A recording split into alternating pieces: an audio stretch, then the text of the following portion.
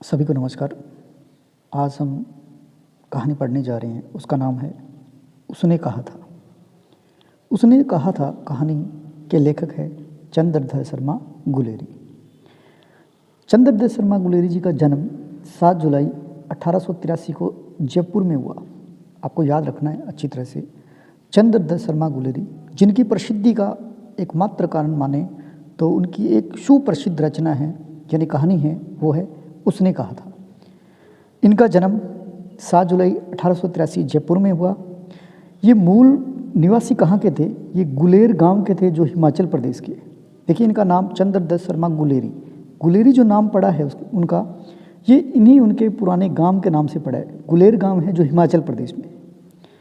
चंद्रधर शर्मा गुलेरी जी की 3 कहानियाँ सुप्रसिद्ध है, जिसमें से जो उनके व्यक्तित्व को हिंदी साहित्य में बहुत बड़ा नाम कमाया वो है उसने कहा था। इसके अलावा उनके 3 कहानियाँ हैं, जैसे नंबर 1 सुखमय जीवन 1911 में प्रकाशित हुई, बुद्धू का कांटा 1914 में और उसने कहा था 1915 में।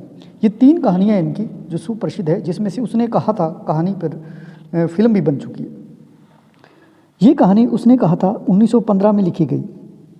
ये कहानी है जो 5 भागों में विभाजित है। तो आपको ये भी याद रखना है कि उसने कहा था कहानी है ये कितने भागों में विभाजित है, तो 5 भाग है।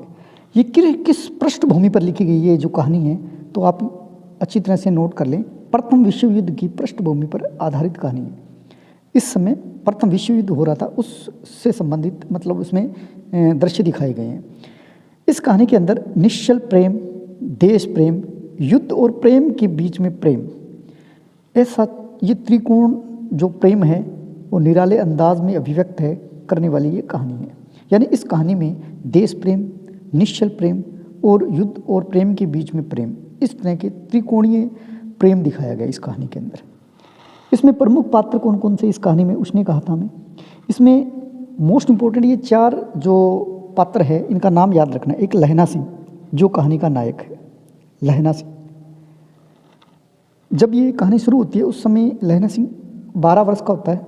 उसमें दर्शाया गया कि जब ये छोटे बच्चे होते हैं उस समय एक लड़की का नाम है होरा।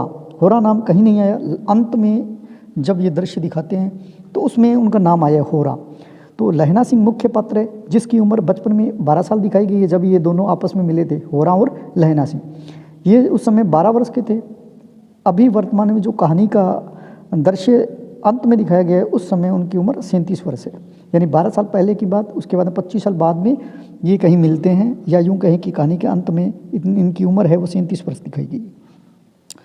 नायिका है होरा और इसमें एक हजारा सिंह है जो सूबेदार के रूप में है। यानी ये एक भारतीय, उस समय ब्रिटिश साम्राज्य था, उस समय की बात है। प्रथम विश्व युद्ध में हमारी तरफ से, यहाँ से इंडिया की तरफ से जो बटालियन गई हुई थे उसमें सूबेदार के रूप में जो थे वो है हजारा सिंह। हजारा सिंह की पत्नी है, उसका नाम है होरा। ठीक है, होरा की उम्र उस समय जब ये दोनों मिले थे, लहना और होरा, उस समय लहना सिंह की उम्र 12 वर्ष और होरा की 8 वर्ष। हजारा सिंह सूबेदार है उसमें, और बोधा सिंह हजारा सिंह का बेटा है, एकमात्र एक लड़का है। उसके बाद में 4 और हुए लेकिन वो चल बसे। ये बोधा सिंह एकमात्र उनका लड़का है, हजारा सिंह का और होरा का। हजारा सिंह का बेटा है जो बीमार रहता है। यानी उस समय ये भी उस युद्ध के अंदर जो जर्मनी के विरुद्ध युद्ध हो रहा था, जिसमें लहना सिंह जो जमादार के पद पर है, लहना सिंह, और ये जो हजारा सिंह है वो सूबेदार के रूप में है, और उन्हीं का बेटा बोधा सिंह वो बीमार रहता है वहाँ। उस जो सैनिक है उसमें सैनिक है, ये सैनिक जो जर्मनी के विरुद्ध जो सैनिक अभियान के अंदर है वो उसमें बोधा सिंह भी है। तो देखिए ये जब लहना सिंह और होरा जब बचपन में मिलते हैं उस समय उनकी उम्र लहना सिंह की 12 वर्ष और होरा की 8 वर्ष। उस समय ये एक बात कहते हैं कि तेरी कुड़माई हो गई। तेरी कुड़माई हो गई क्या मतलब, ये पूछते हैं लहना सिंह होरा को। एक बार ये अंत में कह देते हैं हाँ हो गई। तो ये कुड़माई का अर्थ है यहाँ सगाई। उसके बाद में एक नाम आता है वजीरा सिंह, जो देखो एक बार की जो हजारा सिंह है सूबेदार, ये आदेश देता है। कई बार ये प्रश्न पूछा गया है कि किसको क्या आदेश मिला। तो हजारा सिंह उस सैनिक जो बटालियन है उसमें सभी को आदेश दे रहे हैं। वजीरा सिंह है, उनको ये आदेश दिया कि 4 आदमियों के साथ खाई से पानी निकालने का आदेश देते हैं। यानी कि वजीरा सिंह को ये कहते हैं कि आप ऐसा करिए कि खाई से बाल्टियों से पानी निकाल कर बाहर कीजिए। एक खंदक होता है जिसमें पानी भी भरा होता है, उसमें उनकी ड्यूटी होती है। एक व्यक्ति का नाम है उद्यमी।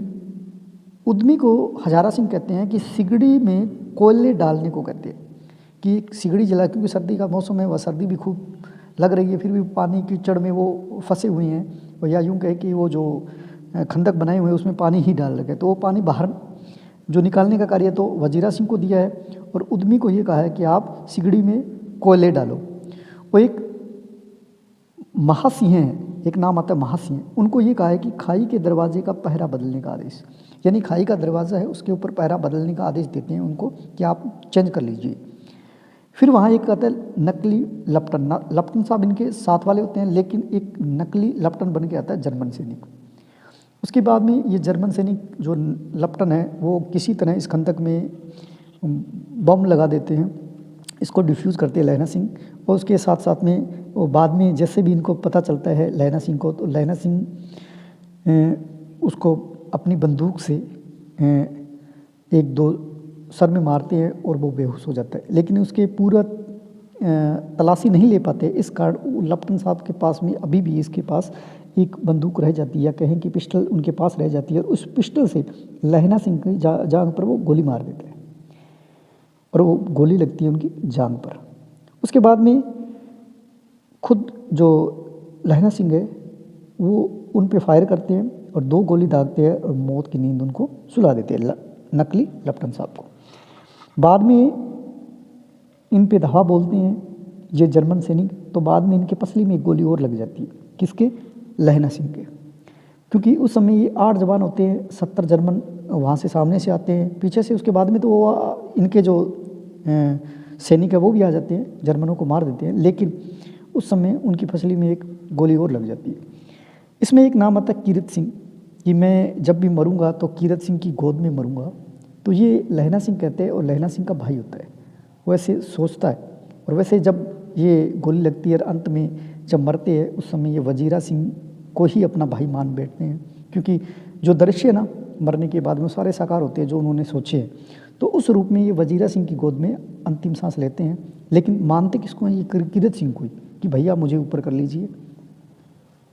कुछ दिन पीछे लोगों के अखबारों में पढ़ा, कुछ दिन बाद में लोगों ने अखबारों में पढ़ा कि फ्रांस और बेल्जियम 68वीं सूची में मैदान में घावों से मरा नंबर 77 सिख राइफल्स जमादार लहना सिंह, यानी जो लहना सिंह थे वो नंबर 77 सिख राइफल्स में जमादार थे। कौन? लहना सिंह। तो लहना सिंह ने अपने सारे कर्तव्य पूरे किए, प्रेम को निभाया, आदर्श प्रेम स्थापित किया, वो देशभक्ति है, देश के लिए अपनी जान दी। ये कहानी हिंदी की सुप्रसिद्ध कहानियों में से एक है, जो चंद्रदत्त शर्मा गुलेरी जी का बहुत सम्मान करवाया इस कहानी ने। उसने कहा था कहानी, इस पे फिल्म भी बन चुकी है। देखिए आसान से आपको याद हो जाए, उसने कहा था कहानी, ये उसने कहा था, किसने? इसमें सूबेदारनी का नाम आता है, सूबेदारनी, और सूबेदारनी का नाम क्या था? होरा था, और जो नायक है उसका नाम क्या है? लहना सिंह।